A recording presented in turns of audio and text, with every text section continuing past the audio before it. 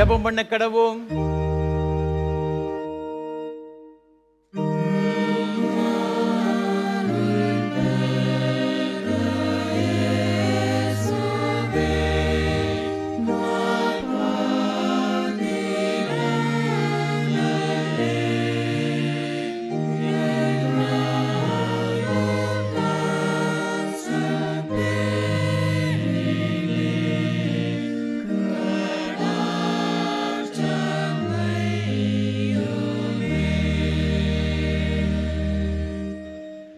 உன் விசுவாசம் பெரியது, நீ விரும்புகிறபடி உனக்கு ஆக கடவுது.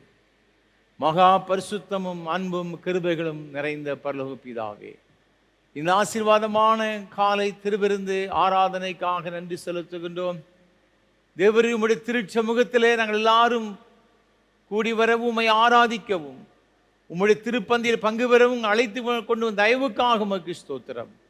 ஆண்டவர் தாமே, இந்த ஆராதனை வேளையில் மத்தியில் எழுந்தருளி உம்முடைய பிரசனத்தினால் எங்கள் ஒவ்வொருவரும் நிறைத்து விசேஷமாக அப்பத்தை பிட்கையில் தம்மை வெளிப்படுத்தி உம்முடைய அன்பினாலும் கிருபையினாலும் எங்கள் எல்லாரையும் ஆசீர்வதித்து இந்த ஆராதனை எங்கள் ஒவ்வொருக்கு ஆசீர்வாதமாக கிருபை செய்ய வேண்டும் என்று மீட்பர் இயேசு கிறிஸ்துவின் பரிசுத்த நாமத்தில் ஜெபிக்கிறோம் தூய பிதாவே, ஆமென்.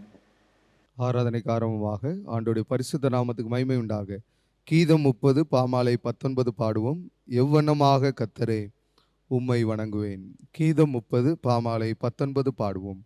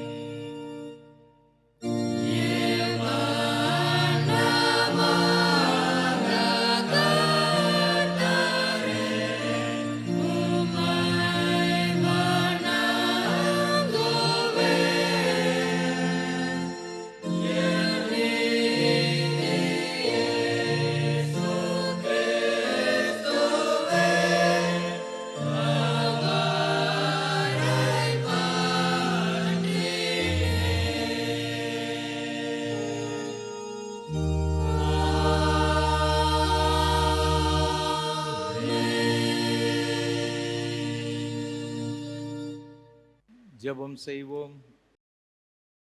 பரமண்டலங்களில் இருக்கிற எங்கள் பிதாவே, உம்முடைய நாமம் பரிசுத்தப்படுவதாக, ராஜ்யம் வருவதாக, உம்முடைய சித்தம் பரமண்டல செய்வதற்கு செய்விடுவதாக. அந்த பிரகாரம் எங்களுக்கு விரோதமாக நாங்கள் மன்னிக்கிறது போல இருக்க மாட்டேங்க. எங்கள் சோதனை பிறகு தீமை ரட்சித்துக் கொள்ளும். ஆமென்.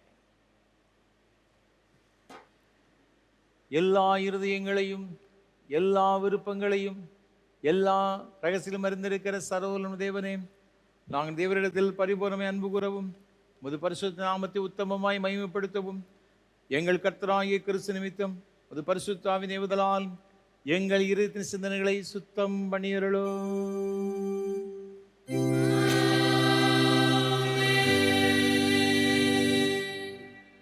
நமது இரட்சகராகிய கிறிஸ்து திருவுளம் பற்றி சொல்லி வார்த்தைகளாவன, நம்முடைய தேவனாகிய கர்த்தர் ஒருவரே கர்த்தர். உன் தேவனாகிய கர்த்தரிடத்தில் உன் முழு இதயத்தோடும் முழு ஆத்துமாவோடும் உன் முழு மனதோடும் உன் முழு பலத்தோடு அன்பு கோருவாயாக என்பது பிரதான கற்பனை. இதற்கு ஒப்பாயிருக்கிற இரண்டாம் கற்பனை என்னவென்றால், உன்னிடத்தில் அன்பு கூறுவது போல் பிறனிடத்தில் அன்பு கூறு என்பதே. இவைகளின் பெரிய கற்பனை வேறொன்றும் இல்லை என்றார்.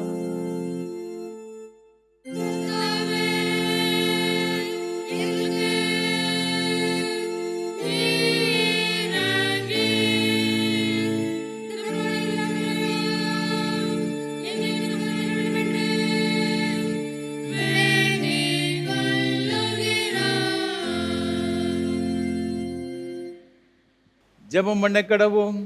திருத்துவ திருநாளுக்கு பின்வரும் 11ஆம் ஞாயிற்குரிய சுருகு ஜெபம். பராபரனே, மன உருக்கத்தையும் இரக்கத்தையும் காட்டுகிறதினால் உமது சர்வ வல்லமையை முக்கியமாய் விளங்க பண்ணுகிறீர். நாங்கள் உமது கற்பனையின் வழியாய் ஓடி நீர் அருளின வாக்குத்தத்தங்களை பெற்றுக்கொள்ளவும் உமது பரம பொக்கிஷத்தில் பங்குளாக இருக்கவும் எங்களுக்கு கிருபை தர வேண்டும் என்று ஆண்டவர் இயேசு கிறிஸ்து மூலமாய் வேண்டிக் கொள்கிறோம்.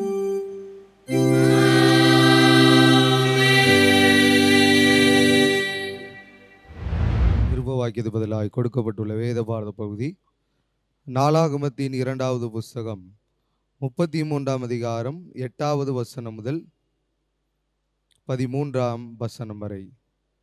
2 நாளாகமும் 33ஆம் அதிகாரம் 8வது வசனம் முதல். நான் மோசேயை கொண்டு இஸ்ரவேலுக்கு கொடுத்த சகல நியாய பிரமாணத்திற்கும் கட்டளைகளுக்கும் நியாயங்களுக்கும் ஒத்தபடியே அவர்களுக்கு நான் கற்பித்தவைகளையெல்லாம் அவர்கள் செய்ய சாவதானமாய் இருந்தார்களேயாகில், நான் இனி அவர்கள் காலை அவர்கள் பிதாக்களுக்கு நிலைப்படுத்தி வைத்த தேசத்திலிருந்து விலக பண்ணுவதில்லை என்றும், தேவன் தாவீதோடும் அவன் குமாரனாகிய சாலமோனோடும் சொல்லியிருந்த தேவனுடைய ஆலயத்திலே தானே அவன் தான் பண்ணுவித்த விக்கிரமாகிய சிலையை ஸ்தாபித்தான். அப்படியே கர்த்தர் இஸ்ரவேல் புத்திரருக்கு முன்பாக அளித்த ஜாதிகளை பார்க்கிலும் யூதாவும் எருசலேமின் குடிகளும் பொல்லாப்பு செய்யத்தக்கதாய் மனாசே அவர்களை வழி தப்பி போக பண்ணினான்.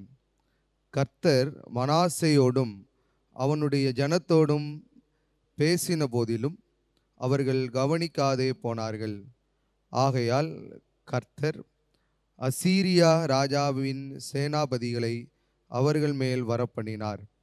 அவர்கள் மனாசேயை முட்செடிகளில் பிடித்து 2 வெண்கல சங்கிலியால் அவனை கட்டி பாபிலோனுக்கு கொண்டு போனார்கள்.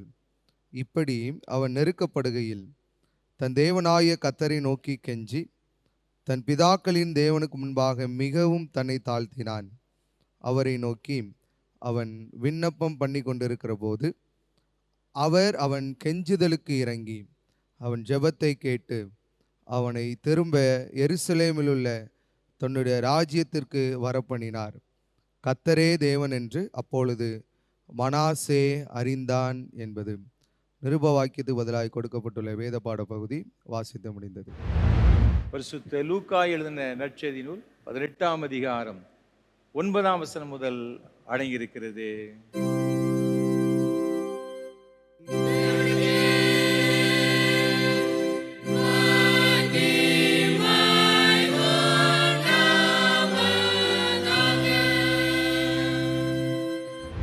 பரிசுத்த லூக்கா எழுதின சுவிசேஷம் 18ஆம் அதிகாரம் 9ஆம் வசனம் முதல் 14ஆம் வசனம் வரை அடங்கியிருக்கிற தேவனுடைய வார்த்தையை கேளுங்கள். அன்றியும் தங்களை நீதிமான்கள் என்று நம்பி மற்றவர்களை அற்பமாய் எண்ணின சிலரை குறித்து அவர் ஒரு ஊமையை சொன்னார். 2 மனுஷர் ஜெபம் பண்ணும்படி தேவாலயத்துக்கு போனார்கள். ஒருவன் பரிசேயன், மற்றவன் ஆயக்காரன். பரிசேயன் என்று, தேவனே, நான் பரிகாரர், அநியாயக்காரர், விபச்சாரக்காரர் ஆகிய மற்ற மனுஷரைப் போலவும் இந்த ஆயக்காரனைப் போலவும் இராததினால் உம்மை ஸ்தோத்திரிக்கிறேன். வாரத்தில் 2 தரம் உபவாசிக்கிறேன். என் சம்பாத்தியத்திலெல்லாம் தசமபாகம் செலுத்தி வருகிறேன் என்று தனக்குள்ளே ஜெபம் பண்ணினான். ஆயக்காரன் தூரத்தில் நின்று தன் கண்களையும் வானத்துக்கு ஏறெடுக்க துணியாமல் தன் மார்பிலை அடித்து கொண்டு, தேவனே, பாவியாகிய என்மேல் கிருபையாயிரும் என்றான். அவனல்ல, இவனை நீதிமானாக்கப்பட்டவனாய் தன் வீட்டுக்கு திரும்பி போனான் என்று உங்களுக்கு சொல்லுகிறேன். ஏனெனில் தன்னை உயர்த்துகிறவன் எவனும் தாழ்த்தப்படுவான், தன்னை தாழ்த்துகிறவன் உயர்த்தப்படுவான் என்றார்.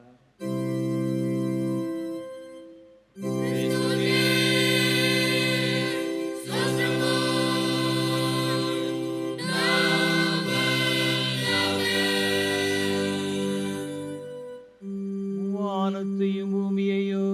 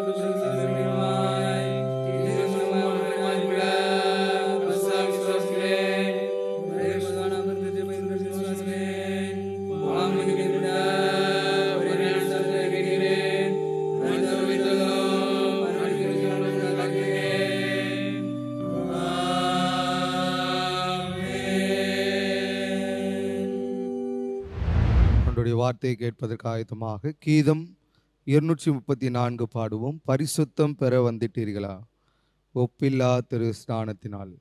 கீதம் 234 பாடுவோம்.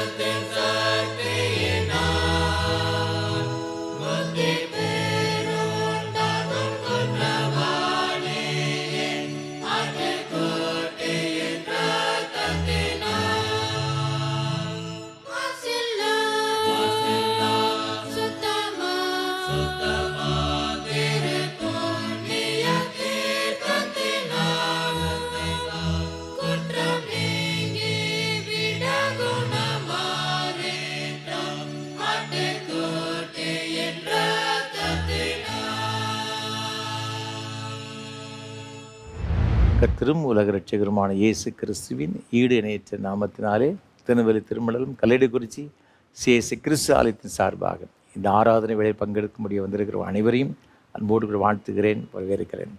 ஆண்டோடைய கிருபையும் ஆசீர்வாதமும் இன்றும் இன்னும் சதா காலங்களிலும் உங்களோடு கூட இருப்பதாக. ஒவ்வொரு வாரமும் உங்களோடு கூட சேர்ந்து கர்த்தரை ஆராதிப்பதில் மிகுந்த மகிழ்ச்சி அடைகிறேன்.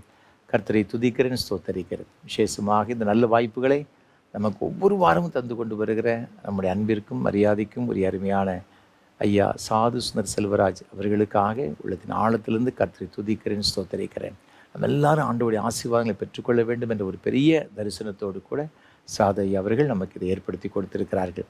கர்த்தர் தாமே சாதை அவர்களையும் அவர் செய்து கொண்டு வருகிற ஏஞ்சல் தொலைக்காட்சி ஊழியங்கள் மற்றும் இயேசு ஊழியங்களை அபரிவிதமாக ஆசீர்வதிப்பாராக. நம்முடைய தனி ஜெபங்களில், குடும்ப ஜெபங்களிலே சாதை அவர்களுக்காக செய்து கொண்டு வர ஊழியங்களுக்காக ஜெபிப்போம். ஆண்டவருடைய ஆசீர்வாதங்களை நாம் பெற்றுக்கொள்வோம். ஒவ்வொரு வாரமும் இந்த ஆராதனை வேளை மிகுந்த ஜெபத்தோடும் அதிக பிரயாசத்தோடு உங்களுக்கு வழங்கி கொண்டு வருகிறோம்.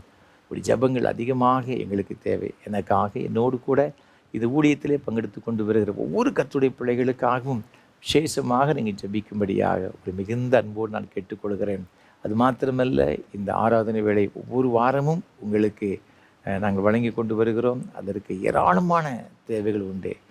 நீங்கள் கொடுக்கிற செய்கிற உதவி நிமித்தமாகத்தான் இன்றைக்கு இந்த ஆராதனை வேளை அநேகருக்கு பிரயோஜனமாக, பல நாடுகளில் இருக்கின்ற அருமையான பிள்ளைகள், ஆலயத்துக்கு செல்ல முடியாதவர்கள், வயோதிப நிலைமைக்கு அருமையான பிள்ளைகள் அநேகருக்கு இது மிக பிரயோஜனமாக இருக்கிறது.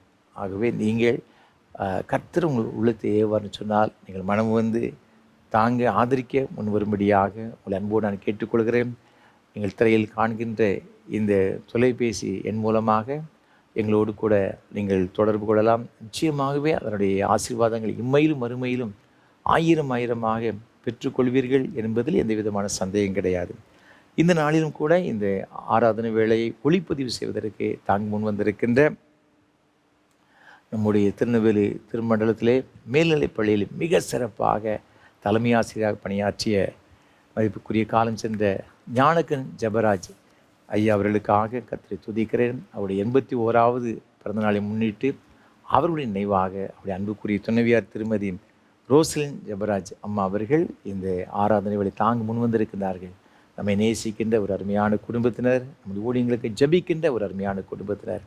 அதற்காக கர்த்தரை அதிகமாக துதிக்கிறேன், ஸ்தோத்தரிக்கிறேன்.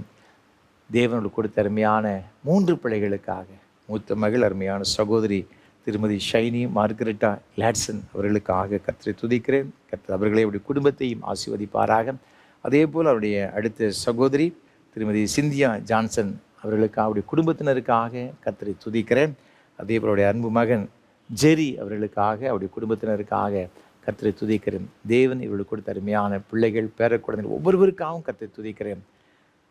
வேத வசனம் சொல்லுகிறபடியே ஏசாயா தீர்க்கதரிசன புத்தகம் 30ஆம் அதிகாரம் 18ஆம் வசனத்தில், உங்களுக்கு இறங்கும்படி கர்த்தர் காத்திருப்பார், உங்கள் மேல் மனதுருகும்படி எழுந்திருப்பார்.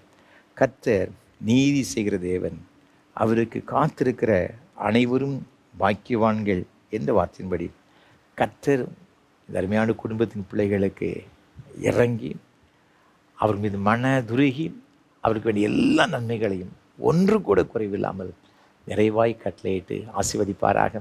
கர்த்தர் தாமே இந்த பிள்ளைகளுக்கு வேண்டிய எல்லா நல்ல சுகத்தையும் பலத்தையும் நீடிய சுக வாழ்வையும் ஆண்டவர் கொடுத்து வழிநடத்துவாராக. அது மாத்திரமல்ல, இதற்கென்று பல வகையிலே உதவி செய்கிற எல்லாருக்காகவும் ஆண்டவர் துதிக்கிறேன். கர்த்தர் அனைவரையும் அபரிவிதமாக ஆசீர்வதிப்பாராக. அது மாத்திரமல்ல, நான் ஏற்கனவே உங்களிடத்தில் எங்களுடைய சேகரத்தின் ஒரு கிராம சபையை பற்றி, மணிமுத்தார் இந்த அருமையான சபையை பற்றி உங்களிடத்தில் நான் பகிர்ந்து கொண்டு வந்திருக்கிறேன். அது ஒரு சின்ன ஒரு ஆலயம் பழுதடைந்த நிலைமையில் இருக்கிறது. அதை மீண்டும் புதுப்பித்து கட்டுவதற்காக பிரயாசப்பட்டு கொண்டு வருகிறோம். கர்த்தர் உங்கள் உள்ளத்தை எவ்வாறு சொன்னால் நீங்கள் மனம் வந்து தாங்க முன் வரும்படி அன்பு நான் கேட்டுக்கொள்கிறேன். நிச்சயமாகவே இதனுடைய பலனை இம்மையிலும் மறுமையிலும் 1000 பெற்றுக்கொள்வீர்கள் என்று சந்தேகம் கிடையாது. கர்த்தர் உங்களையும் உங்கள் குடும்பத்தின் பிள்ளைகள் அனைவரையும் ஆசீர்வதிப்பாராக. தேவ கிருபை நம்மோடு கூட இருப்பதாக. தொடர்ந்து கர்த்தர் நம்மோடு கூட பேசும்படியாக நாம் ஜெபம் செய்வோம். நேசிக்க நல்ல தகப்பனே, உம்முடைய திருவார்த்தைகளை கேட்க வந்திருக்கிறோம். எங்களோடு கூட பேசும். இன்றைக்கு நாங்கள் கற்றுக்கொள்ளுகிற உம்முடைய வேத வசனங்கள் எங்கள் ஒவ்வொருவருக்கும் மிகவும் ஆசீர்வாதமாய் இருக்க ஆண்டவர் தாமே எங்களுக்கு உதவி செய்வீராக. எங்களோடு கூட நீர் பேசும். உம்முடைய நாமத்தை மகிமைப்படுத்தும். இயேசு கிறிஸ்துவின் பரிசுத்த நாமத்தில் ஜெபிக்கிறோம் தூய பிதாவே, ஆமென். கிறிஸ்துவுக்குள் மிகவும் பிரியமானவர்களே, மீண்டும் உங்கள் யாவரையும் அன்போடு கூட வாழ்த்துகிறேன். இந்த நாளிலும் கூட நாம் சிந்திக்கும்படியாக தெரிந்து கொண்ட வேத வசனம், நாம் சுவிசேஷ வாக்கியமாக வாசிக்க கேட்ட பரிசுத்த லூக்கா எழுதின சுவிசேஷம் 18ஆம் அதிகாரம் 14ஆம் வசனம். அவனல்ல, இவனே நீதிமானாக்கப்பட்டவனாய் தன் வீட்டுக்கு திரும்பி போனான் என்று உங்களுக்கு சொல்லுகிறேன். ஏனெனில் தன்னை உயர்த்துகிறவன் எவனும் தாழ்த்தப்படுவான், தன்னை தாழ்த்துகிறவன் உயர்த்தப்படுவான் என்றார். ஆண்டவராக இருக்கிற இயேசு கிறிஸ்து அநேக காரியங்களை உவமைகள் மூலமாக, சின்ன சின்ன கதைகள் மூலமாக தம்மை சுற்றிலும் இருந்த ஜனங்களுக்கும் சீசர்களுக்கும் போதித்து கொண்டு வருகிறதை நாம் பார்க்கிறோம். ஆண்டவராக இருக்கிற இயேசு கிறிஸ்து சொன்ன ஒரு அருமையான ஒரு உவமை, மற்றவர்களை அற்பமாய் எண்ணக்கூடாது. அற்பமாய் எண்ணினால் அதனால் கிடைக்கின்ற ஒரு பலன் என்ன? அப்படி எண்ணாதவர்கள், அற்பமாய் எண்ணாமல் தேவ சமூகத்திலே தம்மை தாழ்த்துகிறவர்களுக்கு வருகின்ற ஒரு ஆசீர்வாதம் என்ன என்பதை குறித்து இந்த வேத புத்தகத்திலே நாம் பார்க்கிறோம். ஆண்டவர் நம்மிடத்தில் எதிர்பார்க்கிறது என்ன? யாரையும் மற்றவர்களை அற்பமாய் எண்ணாத. யாக்கோபு லேயாளை திருமணம் செய்தான். ஆனால் அவன் விரும்பினது ராகேல். பிறகு ராகேலையும் திருமணம் செய்து கொண்டான். லேயாளுக்கு ஒரு சின்ன பிரச்சனை இருந்துச்சு, கண்ணில் ஒரு கூச்சப்பார்வை. ஆனால் அந்த அவருடைய குடும்ப வாழ்வில் பார்க்கும் பொழுது லேயாள் ரொம்ப அற்பமாக எண்ணப்பட்டான். ஆகவே தான் ராகேலுடைய கற்பம் அடைக்கப்பட்டிருந்தது. லேயாளுக்கு ஆண்டவர் கற்பத்தின்களை கொடுத்தார் என்று வேதத்திலே பார்க்கிறோம். நம் இங்கே ஒரு அருமையான ஒரு ஊமையை ஆண்டவர் இங்கு கற்றுக் கொடுக்கிறதை பார்க்கிறோம். 2 பேர், ஒருவன் ஆயக்காரன், ஒருவன் பரிசேயன். 2 பேரும் தேவாலயத்துக்கு போகிறார்கள். இந்த பரிசேயன் ஆண்டவருடைய சமூகத்தில் ஜெபம் பண்ணுகிறான். அவனுடைய ஜெபத்தை குறித்து 11, 12 ஆகிய வசனங்களில் இவ்வாறாக சொல்லப்பட்டு இருக்கிறது. தேவனே, நான் பரிகாரர், அநியாயக்காரர், உபச்சாரக்காரர் ஆகிய மற்ற மனுஷரைப் போலவும் இந்த ஆயக்காரனைப் போலவும் இராததினால் உம்மை ஸ்தோத்தரிக்கிறேன். வாரத்தில் 2 தரம் உபவாசிக்கிறேன். என் சம்பாத்தியத்திலெல்லாம் தசம பாகம் செலுத்தி வருகிறேன் என்று தனக்குள்ளே ஜெபம் பண்ணினான். 2 பேர் ஜெபம் பண்ண போனாங்க. அதில் ஒருத்தன் பரிசேயன், அவன் இவ்வாறு ஜெபம் பண்ணுகிறான். பரிசேயன் என்று சொன்னால் பிரித்தெடுக்கப்பட்டவன் என்று சொல்லுவார்கள், செப்பரேட்டட் ஒன். தன்னை ரொம்ப நீதிமானாக காண்பிக்கிறவர்கள், பெரிய பரிசுத்தவான்களாக காண்பிக்கின்ற யூத மார்க்கத்தை சார்ந்தவர்கள், இப்படிப்பட்டவர்கள் பரிசேயர் என்று எண்ணப்பட்டார்கள். அவர்கள் வீதிகளெல்லாம் போய் கரங்களை உயர்த்தி அப்படியே ஜெபம் பண்ணுவாங்க. பார்த்துக்கிறேன், அந்த பெரிய பரிசுத்தவன் மாதிரி காண்பிப்பார்கள். அவன் தான் ஜெபம் பண்ணுறான், ஆண்டவரே நான் பரிகாரர், அநியாயக்காரர், விபச்சாரக்காரர் ஆகிய மற்ற மனுஷரை போலவும் இந்த ஆயக்காரனை போலும் இராததினால் உண்மை ஸ்தோத்தரிக்கிறேன். அது மாத்திரமல்ல, அவன் சொல்ல வாரத்தை 2 தடவை உபவாசம் பண்ணுறேன். எனக்கு வருகிற தசம பாகம், எனக்கு வருகிற எல்லா ஆஸ்திகளிலும் தசம பாகத்தை நான் செலுத்துகிறேன். அப்போ இதெல்லாம் நல்லதா? பரிகாரர் அப்படின்னா கொள்ளையடிக்கிறது, அடுத்தவன் சொத்தை அபகரிக்கிறது, அநியாயம் செய்கிறது, உபச்சாரம் பண்ணுறது, இதெல்லாம் நான் செய்யலைங்க. அது ஒரு நல்ல ஒரு காரியம்தான் பரிசேயன் செய்தது. அது மாத்திரமல்ல, வாரத்தில் 2 நாள் உபவாசம் பண்ணுறோம். ஆண்டவர் சொன்னார், இந்த பரிசேயர் வேதப்பாருடைய நீதியை பார்த்து அதிகமான நீதி உங்களுக்கு வேண்டும், அப்படி என்றால் தான் பரலோகத்திற்கு போக முடியும் என்று ஆண்டவர் சொல்லுகிறதை நாம் வேதத்தில் பார்க்கிறோம். அப்போ அவன் 2 நாள் உபவாசம் பண்ணாக்கி, இன்றைக்கு நம்மிடத்தில் நாமும் உபவாசம் பண்ணுவதற்கு ஆண்டவர் எதிர்பார்க்கிறார். அப்போ இதெல்லாம் நல்ல நல்ல காரியங்களை தான் வேதத்தில் அவன் செய்ததாக சொல்லப்பட்டிருக்கிறது. அது மாத்திரமல்ல, அவன் உபவாசம் பண்ணுகிறவன் மாத்திரமல்ல, தசமபாகம் செலுத்துகிறவனாகவும் இருந்தான். இவனுடைய ஜெபம் இப்படி, ஆண்டவரே நான் இப்படிப்பட்ட ஒரு பரிசுத்தவானாக நான் வாழ்ந்து கொண்டிருக்கிறேன், அதற்காக உமக்கு ஸ்தோத்திரம் என்று சொல்லுகிறான். ஆனால் இன்னொருத்தன் வருகிறான், ஆயக்காரன். ஆயக்காரன் என்று சொன்னால் யார்? வரி வசூலிக்கிறவன். இந்த வரி வசூலிக்கிறவர்களை யூதர்கள் ரொம்ப ரொம்ப அற்பமாக நினைப்பாங்க. அவன் ஆண்டவருடைய சமூகத்தில் வருகிறான். வேதத்தில் சொல்லப்பட்டு இருக்கிறது, அவன் தூரத்திலே நின்று 13ஆம் வசனத்தில் தன் கண்களையும் வானத்துக்கு ஏறெடுக்க துணியாமல் தன் மார்பிலே அடித்து கொண்டு, தேவனே பாவியாகிய என்மேல் கிருபையாயிரும். அவன் ஆண்டவருடைய சமூகத்திலே தன்னை ஒரு பாத்திரவானராக அவன் எண்ணவில்லை. கண்களை கூட ஆண்டவருடைய சமூகத்தில் ஏறெடுப்பதற்கு அவன் துணியவில்லை சொல்லப்பட்டிருக்கிறது. மார்பிலை அடித்து கொண்டான். ஆண்டவரே நான் பெரிய பாவி, என் மீது கிருபையாயிரும். இந்த 2 பேருடைய ஜெபத்தை ஆண்டவர் கேட்டுட்டு ஆண்டவர் சொல்றாரு, அவன் அல்ல, பரிசேயன் அல்ல, இந்த ஆயக்காரனே நீதிமானாக்கப்பட்டவனாய் தன் வீட்டுக்கு திரும்பி போனான். நீதிமான் என்ற ஒரு அந்தஸ்தை இந்த ஆயக்காரன் பெற்றுக்கொள்கிறதை நாம் பார்க்கிறோம். அதற்கு என்ன காரணம் அப்படின்னு பார்த்தீங்கன்னா, அந்த 14ஆம் வசனத்தில் சொல்லப்பட்டு இருக்கிறது, தன்னை உயர்த்துகிறவன் எவனும் தாழ்த்தப்படுவான், தன்னை தாழ்த்துகிறவன் உயர்த்தப்படுவான். தாழ்மை ஒரு மனிதனுடைய வாழ்க்கையில் ஒரு பெரிய ஒரு அந்தஸ்தை, ஆசீர்வாதங்களை கொண்டு வந்து விடுகிறது. ஆண்டவருடைய பிள்ளைகளே, ஆண்டவர் இந்த நாளிலே நமக்கு கற்றுக் கொடுக்கிற ஒரு காரியம் தாழ்மை. தாழ்மை உடையவர்களாக இருக்க வேண்டும் என்று தேவன் விரும்புகிறார். மத்தேயு 11ஆம் அதிகாரம் 29ஆம் வசனத்தில் வாசித்து பார்க்கும் பொழுது இயேசு கிறிஸ்து சொல்லுகிறார், நான் சாந்தமும் மனத்தாழ்மையும் உடையவராக இருக்கிறேன் என்று சொல்லி அவர் சொல்றாரு, என்னிடத்தில் நீங்கள் கற்றுக்கொள்ளுங்கள், அப்பொழுது உங்கள் ஆத்துமாக்களுக்கு இளைப்பாறுதல் கிடைக்கும். உன் வாழ்க்கையிலே ஒரு இளைப்பாறுதல், ஒரு சமாதானம் எப்போ கிடைக்கும் அப்படின்னு பார்த்தீங்கன்னா, ஏன்ட்ட நீங்கள் கற்றுக்கொள்ளணும். நான் யார் தெரியுமா? நான் சாந்தமும் மனத்தாழ்மையும் உடையவராக இருக்கிறேன். நீங்களும் நான் ஆராதிக்கிறேன் நம்ம இரட்சகராக இருக்கிற இயேசு கிறிஸ்து அவ்வளவு தாழ்மையுடையவராக இருக்கிறார். பிலிப்பியர் நிருபம் 2ஆம் அதிகாரத்தில் 8ஆம் வசனத்தை வாசித்து பார்க்கும் பொழுது, அவர் மனுஷ ரூபமாய் காணப்பட்டு மரண பரியந்தம், அதாவது சிலுவையின் மரண பரியந்தமும் கீழ்ப்படிந்தவராய் தம்மை தாமே தாழ்த்தினார். ஆண்டவராய் இருக்கிற இயேசு கிறிஸ்து கூட அந்த அளவிற்கு தன்னை தாழ்த்தினாராம். யோவான் 13ஆம் அதிகாரத்தில் 4ஆம் வசனம் சொல்லுகிறது, இயேசு போஜனத்தை விட்டு எழுந்து வஸ்திரங்களை கழற்றி வைத்து ஒரு சீலையை எடுத்து அறையிலே கட்டிக்கொண்டு பின்பு பாத்திரத்தில் தண்ணீர் வார்த்து சீஷருடைய கால்களை கழுவவும் தாம் கட்டிக்கொண்டிருந்த சீலையினால் துடைக்கவும் தொடங்கினார். ஆண்டவர் செய்த இந்த செய்கையை பார்த்து சீஷர்கள் ரொம்ப ஷாக் ஆயிட்டாங்க. ஆண்டவரே, நீர் எங்களுடைய போதகர் அல்லவா, நீர் ரபி, நீர் எப்படி ஆண்டவரே எங்களுடைய கால்களை கழுவலாம்?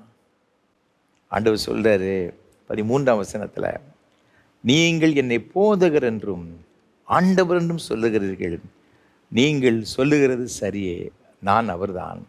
ஆண்டவரும் போதகருமாகிய நானே உங்கள் கால்களை கழுவினது உண்டானால் நீங்களும் ஒருவருடைய கால்களை ஒருவர் கழுவ கடவீர்கள். அன்பானவர்களே, நமது இரட்சகர் இயேசு கிறிஸ்து எந்த அளவிற்கு தாழ்மையை போதிக்கிறது மாத்திரமல்ல, தாழ்மையுடையவராய் வாழ்ந்து காண்பித்ததை நாம் பார்க்கிறோம். இன்றைக்கு ஆண்டவர் நம்முடைய எதிர்பார்க்கிறது என்ன தெரியுமா? நீங்களும் நானும் தாழ்மையுடையவர்களாக இருக்க வேண்டும். ஆதியாகமம் புஸ்தகம் 6ஆம் அதிகாரம் 9ஆம் வசனம் சொல்லுகிறது, நோவா தன் காலத்தில் இருந்தவர்களுக்குள்ளே நீதிமானும் உத்தமனுமாய் இருந்தான். நோவா தேவனோடே சஞ்சரித்து கொண்டிருந்தார். நோவாவை பற்றி சொல்லப்பட்டு இருக்கிறது, தன் காலத்தில் வாழ்ந்தவர்களுக்குள்ளே அவன் நீதிமானும் உத்தமனுமாய் இருந்தான். ஆகவே அந்த 8ஆம் வசனத்தை பாருங்க, நோவாவுக்கோ கர்த்தருடைய கண்களில் கிருபை கிடைத்தது. எவ்வளவு பெரிய ஒரு ஆசீர்வாதம் பாருங்க. உலகத்திலே இந்த ஜனங்கள் பாவம் செய்து தேவனை மிகவும் வேதனைப்படுத்தினார்கள். வேதத்தில் வாசித்து பார்க்கும் பொழுதெல்லாம் 6ஆம் வசனம் சொல்லுகிறது, தாம் பூமியிலே மனுஷனை உண்டாக்கிறதற்காய் கர்த்தர் மனஸ்தாபப்பட்டார், அது அவர் இருதயத்துக்கு விசனமாயிருந்ததுன்னு சொல்லப்பட்டிருக்கிறது. மனுக்குலத்திற்காக அவர் ரொம்ப வேதனைப்பட்டார். ஏன்னா அவ்வளவு அக்கிரம் பெருகி போயிட்டு, ஆகவே எல்லாரையும் அழிக்கும்படியாக அவர் தீர்மானித்தார். ஆனால் அதற்குள்ளே எத்தனை லட்சம் கோடி மக்கள் இருந்தார்களோ நமக்கு தெரியாது. ஆனால் அதற்குள்ளே அவர்களுக்குள்ளே ஒரு மனித நீதிமானாக இருந்தான். அவன்தான் நோவா. ஆண்டவருடைய கண்களிலே அவனுக்கு கிருபை கிடைத்தது. நமக்கு நடந்த சம்பவம் தெரியும். ஆண்டவர் இந்த நோவாவையும் அவனுடைய குடும்பத்தார் 8 பேரை மாத்திரம் இந்த பெரிய ஜலப்பிரளயத்திலிருந்து காப்பாற்றி அவனுடைய சந்ததியை ஆசீர்வதிக்கிறதாக வேதத்தில் பார்க்கிறோம். ஆபிரகாம் தேவனை விசுவாசித்தார், அதை நீதியாக எண்ணினார் சொல்லப்பட்டிருக்கிறது. ஆபிரகாம் ஒரு பெரிய நீதிமான். கர்த்தர் அதை நீதியாக எண்ணினார் அவனுடைய விசுவாசத்தை என்று வேதத்தில் சொல்லப்பட்டிருக்கிறது. அன்பான ஆண்டவருடைய பிள்ளைகளே, நீதிமானுக்கு என்று வைத்திருக்கிற ஒரு ஆசீர்வாதம், சந்ததியையும் ஆசீர்வதிக்கிறார், அவனையும் அவருடைய சந்ததிகளையும் கர்த்தர் ஆசீர்வதிக்கிறதாக வேதத்தில் சொல்லப்பட்டிருக்கிறது. சங்கீதக்காரன் சொல்லுகிறான் 37ஆம் சங்கீதம் 25ஆம் வசனத்தில், நான் இளைஞனுமாயிருந்தேன், முதிர் வயது உள்ளவனும் ஆனேன், ஆனால் நீதிமான் கைவிடப்பட்டதையும் அவன் சந்ததி அப்பத்துக்கு இறந்து தெரிகிறதை நான் காணவில்லை. ஒரு மனிதன் கர்த்தருக்குன்பாக நீதிமானாய் இருப்பான் என்று சொன்னார். வசனம் சொல்லுகிறது, அவன் சந்ததியை ஒரு நாளும் கைவிட மாட்டாராம். நீதிமொழி 20:7 சொல்லப்பட்டு இருக்கிறது, நீதிமான் தன் உத்தமத்தில் நடக்கிறான், அவனுக்கு பிறகு அவன் பிள்ளைகளும் பாக்கியவான்களாய் இருப்பார்கள். பாக்கியவான்களாய் இருப்பார்கள். ஒருவேளை அவங்க கஷ்டப்பட்டாலும் கூட அப்படி சந்ததிகளை பார்த்தீங்கன்னா ரொம்ப பிளெஸ்ஸிங்காக இருப்பாங்கங்க. ஆண்டவர் நீதிமான்களுக்கு என்று வைத்திருக்க ஆசீர்வாதம் யாருக்கு யாராடும் நீதிமானாக மாற்றுகிறாரு சொன்னால், உண்மையாக மனத்தாழ்மையோடு கூட வாழுகிறவர்கள். நாயக்காரனை பார்த்து சொன்னார், இவன் நீதிமானாக்கப்பட்டவனை திரும்பி சென்றான். காரணம், அந்த அளவிற்கு தேவ சமூகத்தில் தன்னை தாழ்த்தினான். ஆபிரகாமை பாருங்க, சோதம் குமரப்பட்டதை கர்த்தரை அழிக்கப் போகிறேன்னு சொன்ன உடனே ஆண்டவருடைய சமூகத்தில் இப்போ நின்று சொல்லுகிறார், ஆண்டவரே, நான் தூசியும் சாம்பலுமாக இருக்கிறேன், நான் உங்களிடத்தில் ஒரு காரியத்தை கேட்கிறேன். ஒருவேளை 5 நீதிமான்கள் குறைந்திருப்பார்கள் சொன்னால், 10 நீதிமான்கள் குறைந்திருப்பார்கள் சொன்னால், நீங்கள் அதை அழித்து விடுவீரோ? தன்னை அந்த அளவிற்கு தாழ்த்துக்கிறான். ஆனால் சொன்னார், நான் அழிக்க மாட்டேன். 50, 40, 30 என்று சொல்லி கடைசியில் 10 வரை இந்த ஆபிரகாம் கொண்டு வருகிறதை நான் பார்க்கிறோம். கடைசியில் லோத்துவுடைய குடும்பத்தை இந்த ஆபிரகாமுடைய ஜெபத்தின் மூலமாக காப்பாற்றப்படுகிறதை நாம் பார்க்கிறோம். அன்பான ஆண்டவருடைய பிள்ளைகளே, தேவ சமூகத்தில் நம்மை தாழ்த்த வேண்டும் என்று தேவன் எதிர்பார்க்கிறார். நம்முடைய ஞானத்தை குறித்து, நம்முடைய கல்வியை குறித்து, நம்முடைய பிறந்ததை குறித்து, நம்முடைய குடும்ப பெருமையோ அது வேறு எந்த பெருமையை தேவனுக்கு முன்பாக எதுவுமே எடுபடாதுங்க. நம்ம தாழ்த்தும் பொழுது, ஆண்டவரே எல்லாம் நீங்கள் தான்ப்பா, எல்லாம் நீங்கள் தான், உமக்கு முன்பாக நான் ஒன்றுமே இல்லை என்று சொல்லி தன்னை தேவ சமூகத்தில் தாழ்த்தும் பொழுது ஆண்டவர் நம்மை நீதிமானாக மாற்றுகிறார். அது மாத்திரமல்ல, இந்த நீதிமானுக்கு என்று வைத்திருக்கிற வேற ஒரு ஆசீர்வாதம் என்ன? வேதத்தில் நாம் பார்க்கும் பொழுது 2 நாளாகும் புஸ்தகம் 33ஆம் அதிகாரம் 12ஆம் வசனம் இவ்வாறாக சொல்லுகிறது. இப்படி அவன் நெருக்கப்படுகையில் தன் தேவனாகிய கர்த்தரை நோக்கி கெஞ்சி தன் பிதாக்களின் தேவனுக்கு முன்பாக மிகவும் தன்னை தாழ்த்தினான். மனாசேயை குறித்து சொல்லப்பட்டிருக்கிறது.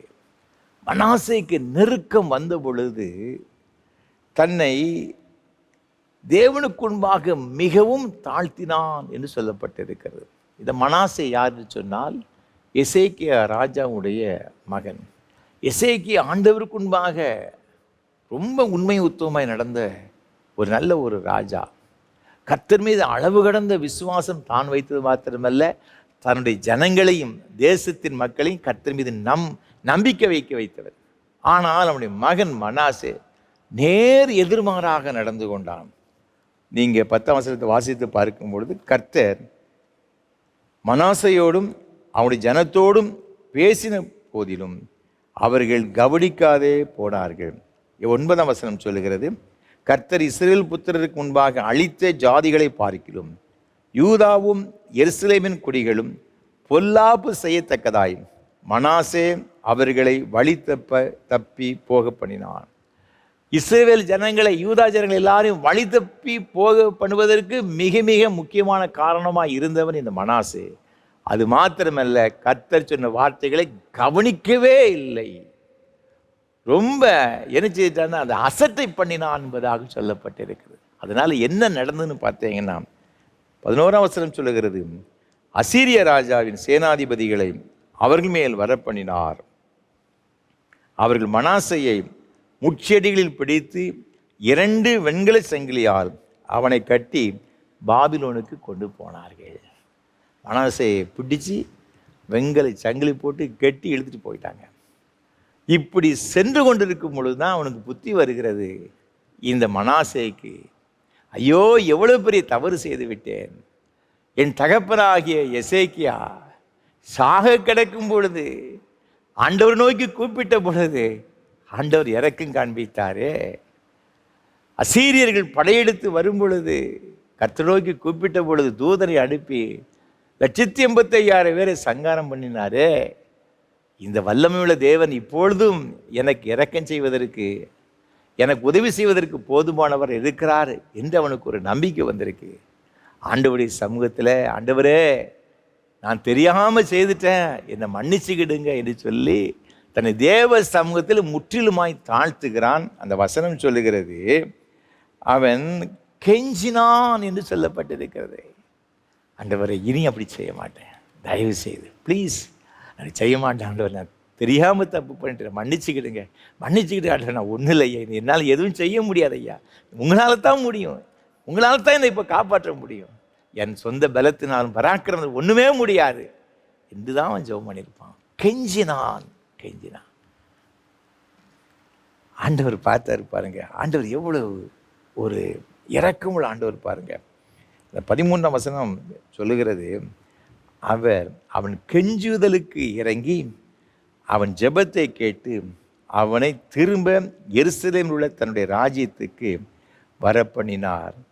கர்த்தரே தேவன் என்று அப்பொழுது மனாசே அறிந்தான். இவன் கெஞ்சுதலை கேட்டு ஆண்டவர் இறக்கப்பட்டாருங்க. அசீரியர்கள் மனாசையை பிடித்து கொண்டு சென்று விட்டார்கள். வெங்கல சங்கிலிகளை போட்டு கொண்டு போயிட்டாங்க. எப்படிங்க ஒரு அந்நிய தேசத்தினுடைய ஒரு ராஜா தனக்கு எதிரியாக இருக்கின்ற ஒரு ராஜாவை பிடித்து கொண்டு போகும்போது எப்படி அவனை விடுதலை பண்ணுவான்?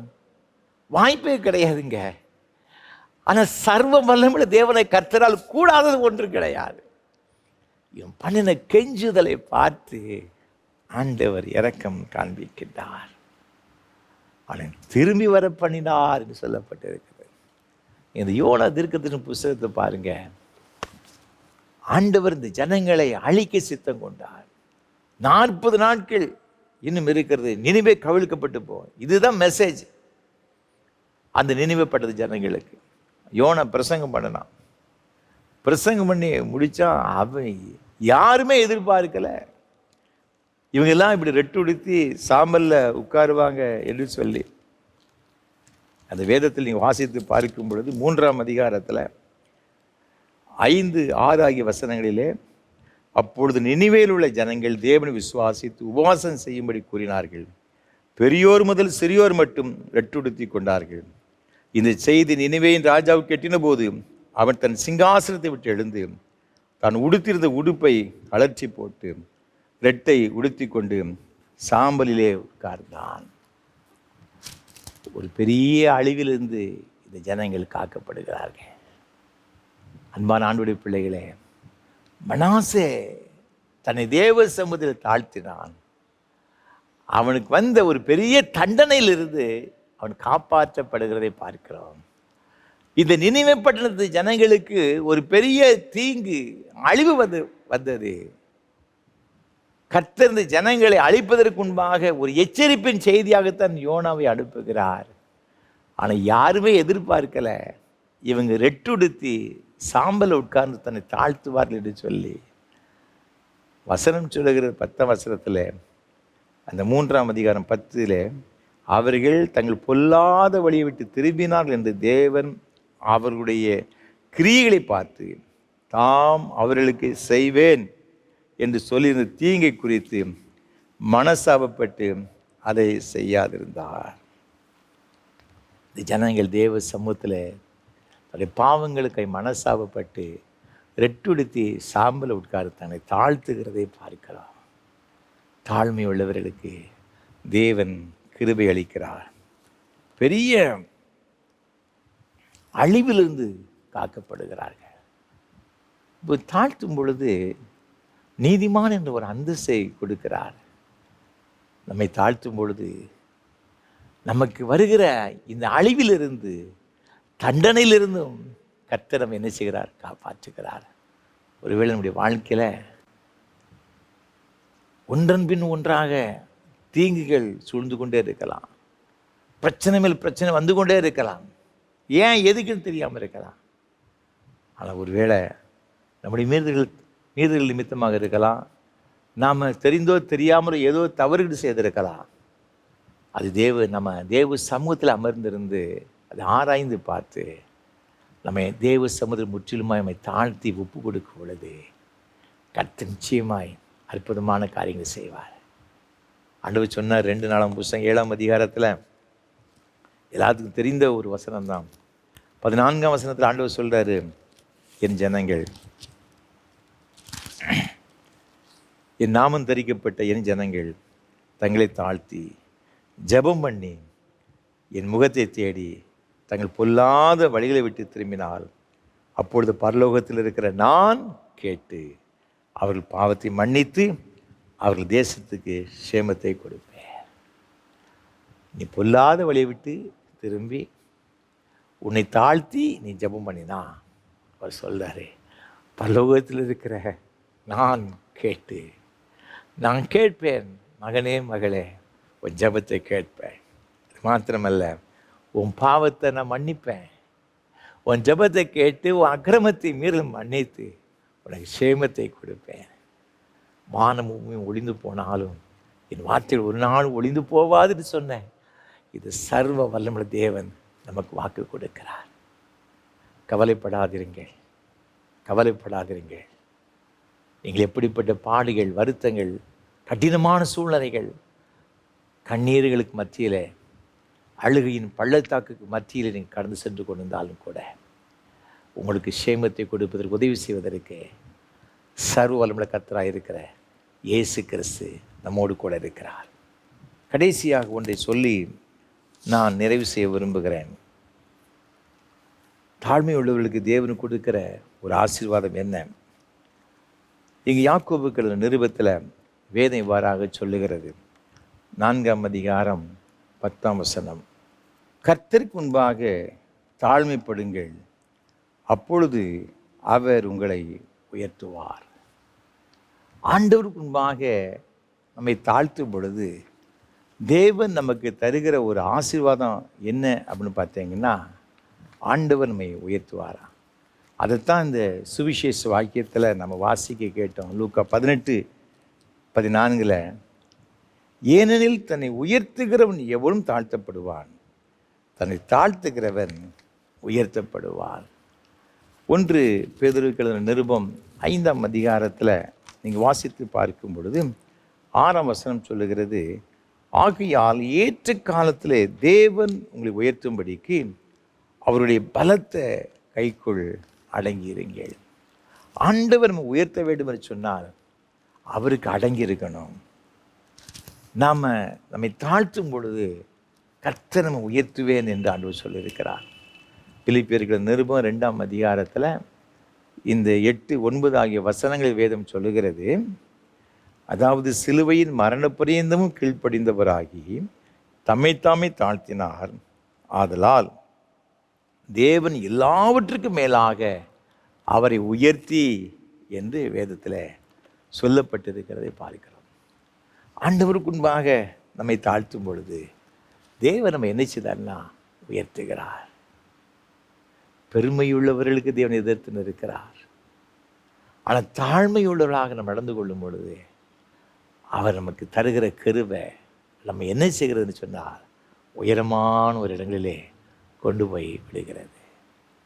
தாவீது ராஜாவுடைய வாழ்க்கையில் பார்க்கும் பொழுது அவனை போல தேவ சமூகத்தில் தன்னை தாழ்த்தின ஒரு தேவ மனுஷன் யாருமே இருக்க முடியாதுங்க. என்ன ஒரு காரியமாக இருந்தாலும் சரி, தன்னுடைய படையின் மீதோ, தன்னுடைய அந்தஸ்தின் மீதோ, தன்னுடைய திறமையின் மீதோ அவன் நம்பிக்கை வச்சதே கிடையாது. இவன் செய்த ஒரு தவறு நிமித்தமாக ஒரு பெரிய ஒரு வாத இஸ்ரவேல் ஜனங்களுக்குள்ளே வருகிறது. அப்போ சொல்கிறான், கர்த்தருடைய கரத்தில் விழுவோம் என்று சொல்லி ஆண்டவருடைய கரத்தில் தான் தன்னை ஒப்பு கொடுக்கிறதாக வேதத்தில் பார்க்கிறோம். ஆண்டவரை நான் தாயா பாவம் பண்ணியிருந்த ஜனங்கள் என்ன செய்கிறாங்க? தேவ சமூகத்தில் கண்ணீரோடு கூட வர்றாங்க. கர்த்தர் இது இஸ்ரவேலுக்கு வந்த தீங்கை கண்டு, வாதையை கண்டு அவர் ரொம்ப வேதனைப்பட்டார் என்று வசனம் சொல்லுகிறது. உடன்படிக்கை பெட்டி நீங்கள் 2 சாமுவேல் புஸ்தகம் 6ஆம் அதிகாரத்தில் பார்க்கும்போது 11ஆம் வசனத்தில் கர்த்தருடைய பெட்டி கித்தியனாகிய ஓபேத் ஏதோமின் வீட்டிலே 3 மாதம் இருக்கையில் கர்த்தர் ஓபேத் ஏதோமையும் அவன் வீட்டார் அனைவரையும் ஆசீர்வதித்தார். இப்போ இந்த ஓபேத் ஏதோமுடைய வீட்டில் கர்த்தருடைய பெட்டி இருக்கிறது. இதை இப்போ எருசலேமுக்கு கொண்டு வரணும், தாவீதின் நகரத்துக்கு கொண்டு வரணும். அப்போ இந்த ஆசாரியர்கள், லேவியர்கள் எல்லாரும் போகிறாங்க, அதை எடுத்துக்கொண்டு வருகிறார்கள். வரும்பொழுது என்ன நடந்துன்னு பார்த்தீங்கன்னா 14ஆம் வசனம் சொல்லுகிறது, தாவீது சணநூல் ஏபோத்தை தரித்து கொண்டு தன் முழு பலத்தோடும் கர்த்தருக்கு முன்பாக நடனம் பண்ணினான். உடன்படிக்கை பெட்டிக்கு முன்பாக இந்த தாவீது அவன் நடனம் பண்ணுகிறான். எப்படி நடனம் பண்ண? சணல் நூல் ஏபோத்தை தரித்து கொண்டு. இந்த சணநூல் ஏபோத்து எப்படி? அது தாழ்மைக்கு அடையாளங்க. அந்த சணல் நூல் அப்படின்னாலே அது தாழ்மைக்கு அடையாளம் தான். அதை போடுவாங்க. ராஜ வஸ்திரத்தை தூரகரிச்சிட்டாங்க. இவன் இஸ்ரவேலில் ஒரு பெரிய ராஜா, ஆண்டவருடைய இருதயத்துக்கு ஏற்றவன், சவுலுக்கு அப்புறமாக ஒரு சிறந்த ஒரு ராஜாவாக இருந்தவன் தாவீது. அந்த ராஜ வஸ்திரத்தை கலட்டி வைத்துட்டு சணநூல் ஏபோத்தை தரித்து கொண்டு உடன்படிக்கை பெட்டிக்கு முன்பாக இருந்து கொண்டு அவன் நடனம் ஆடுகிறான். அவருடைய மனைவி பார்க்கிறார். இந்த 16 வசனத்தை பாருங்க. கர்த்தருடைய பெட்டி தாவீதின் நகரத்துக்குள் பிரவேசிக்கிற போது சவுலின் குமாரத்தியாகி மீகாள் பலகனி வழியாய் பார்த்து தாவீது ராஜா கர்த்தருக்கு முன்பாக குதித்து நடனம் பண்ணுகிறதை தன் இருதயத்தில் அவமதித்தாள் என்று சொல்லப்பட்டிருக்கிறது. தாவீது எப்படி குதித்து ஜம்ப் பண்றான். அவனுக்கு அவ்வளவு பெரிய சந்தோஷம். மீகாளுக்கு இது ரொம்ப கேவலமா இருக்கு. தன் இருதயத்தில் அவனை அவமதித்தாள் என்று வேதத்தில் இங்கே சொல்லப்பட்டிருக்கிறது. எப்படா இந்த தாவீது வீட்டுக்கு வருவான் ரொம்ப அவரோடு எதிர்பார்த்துக்கிறது. எதுக்கு? 4 டோஸ் கொடுக்கறதுக்கு. வீட்டுக்கு வந்த உடனே அவள் சொல்கிறா 20ஆம் வசனத்தில், தாவீது தன் வீட்டாரை ஆசீர்வதிக்கிறதற்கு திரும்பும்போது சவுலின் குமாரத்தியாகி மீகாள் தாவீதுக்கு எதிர்கொண்டு வந்து அற்ப மனுஷரில் ஒருவன் தன் வஸ்திரங்களை கலற்றி போடுகிறது போல இன்று தம்முடைய ஊழியக்காருடைய பெண்களின் கண்கள் முன்பாக தம்முடைய வஸ்திரங்களை உரிந்து போட்ட இஸ்ரவேலின் ராஜா இன்று எத்தனை மகிமைப்பட்டிருந்தாள். ரொம்ப அற்பமாக பேசுகிறேன். அற்பமான ஒரு மனுஷன் உறிஞ்சு போடுற மாதிரி போட்ட ஐயா. எத்தனை பெண்கள் இங்கே இருக்கிறாங்க, அதை கூட நீ பார்க்கலையா? இந்த ராஜா எப்படி மகிமைப்பட்டிருந்தா தெரியுமா? தாவீது என்ன சொல்லலாம் தெரியுமா? அதுக்கு அடுத்த வசனம் சொல்லப்பட்டிருக்குது. உன் தகப்பனை பார்க்கிலும் அவருடைய எல்லா வீட்டாரை பார்க்கிலும் என்னை இஸ்ரவேலாகிய கர்த்தருடைய ஜனத்தின் மேல் தலைவனாக கட்டளையிடும்படிக்கு தெரிந்து கொண்டேன். கர்த்தருடைய சமூகத்திற்கு முன்பாக ஆடி பாடினேன். இதை பார்க்கிலும் இன்னும் நான் நீசனும் என் பார்வைக்கு அர்ப்பணமும் ஆவேன். அப்படியே நீ சொன்ன பெண்களுக்கும் கூட மகிமையாய் விளங்குவேன். உன் தகப்பன் வீடு, உன் தகப்பனை பார்க்கிறோம், அவருடைய எல்லா வீட்டாரை பார்க்கிறோம். என் கர்த்தருக்கு முன்பாக நான் ஆடி பாடினேன். கர்த்தருடைய ஜனமாகி இந்த இஸ்ரவேல் மீது நான் தலைவனாக இருக்கும்படி கட்டளையிட்ட என்னை தெரிந்து கொண்ட ஆண்டவருக்கு முன்பாக நான் பாடினேன். நான் நீசனும் அற்புதமாக இருக்கிறேன் கர்த்தருக்கு முன்பாக. அந்த அளவுக்கு தாழ்த்துறாங்க. நீ என்னடி பெரிய மாதிரி பேசிக்கிட்டு இருக்க? உன் அப்பனை காட்டிலும் என் ஆண்டவர் எவ்வளவு மேன்மையானவர் தெரியுமா? இந்த தாவீது தன் தேவ சமூகத்தை அப்படி தாழ்த்தினாங்க. அதனால தாங்க கரவலாடுகளின் பின்னால் சென்று கொண்டிருந்த தாவீதை ஆண்டவர் இஸ்ரவேலிலே அரசனும் ராஜாவுமாக ஏற்படுத்தினார்.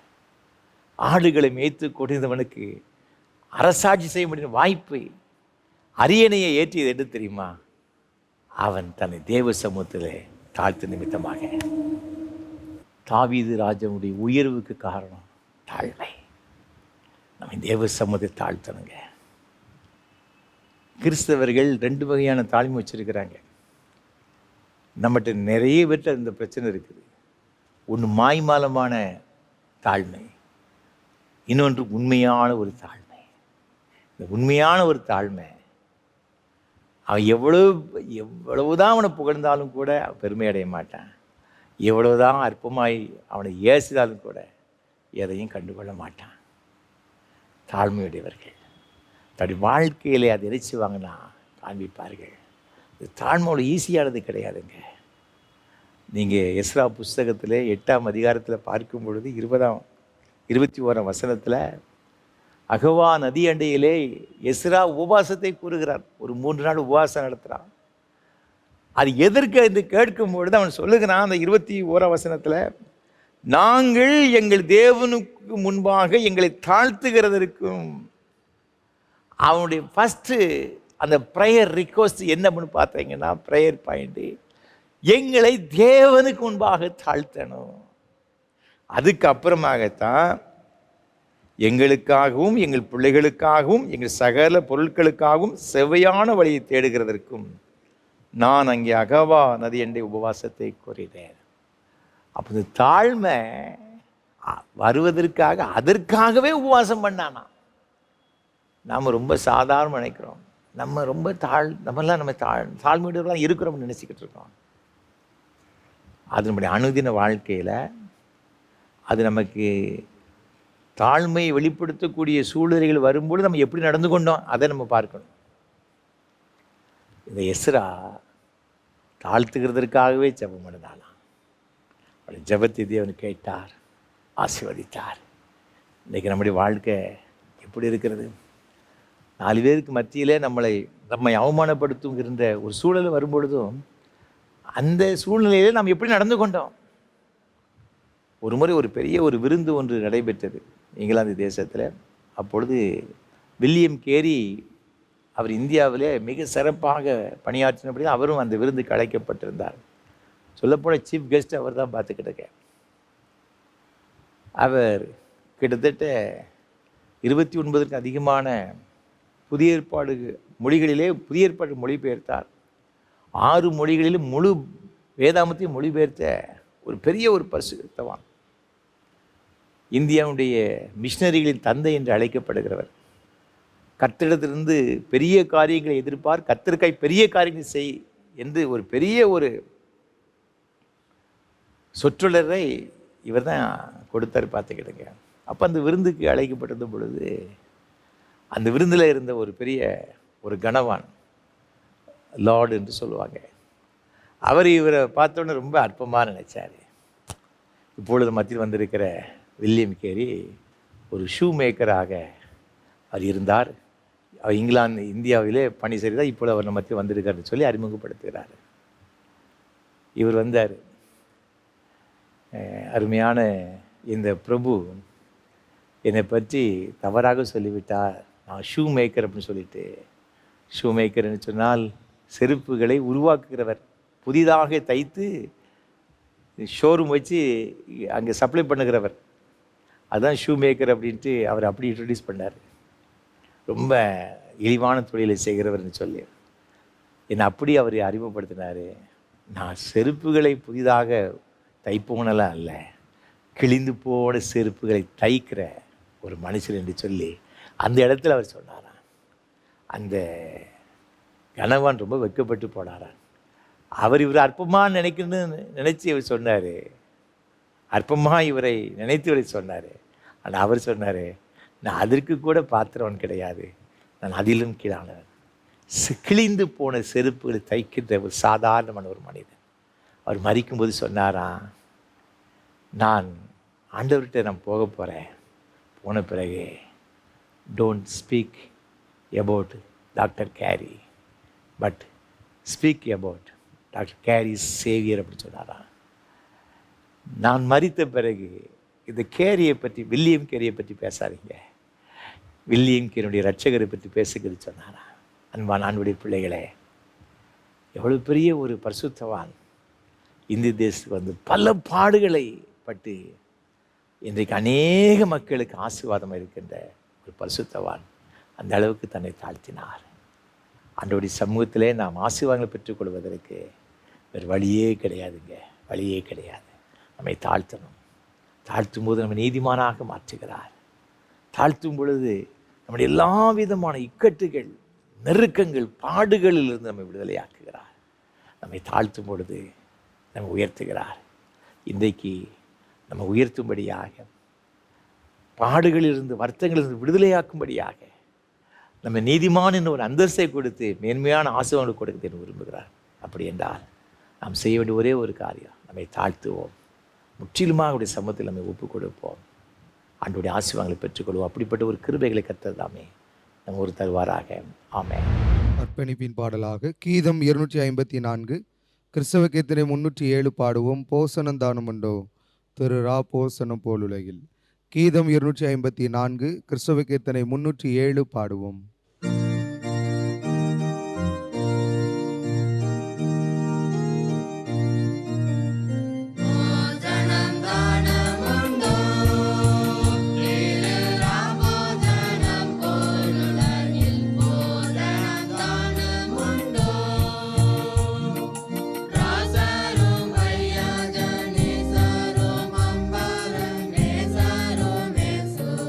ராசரும்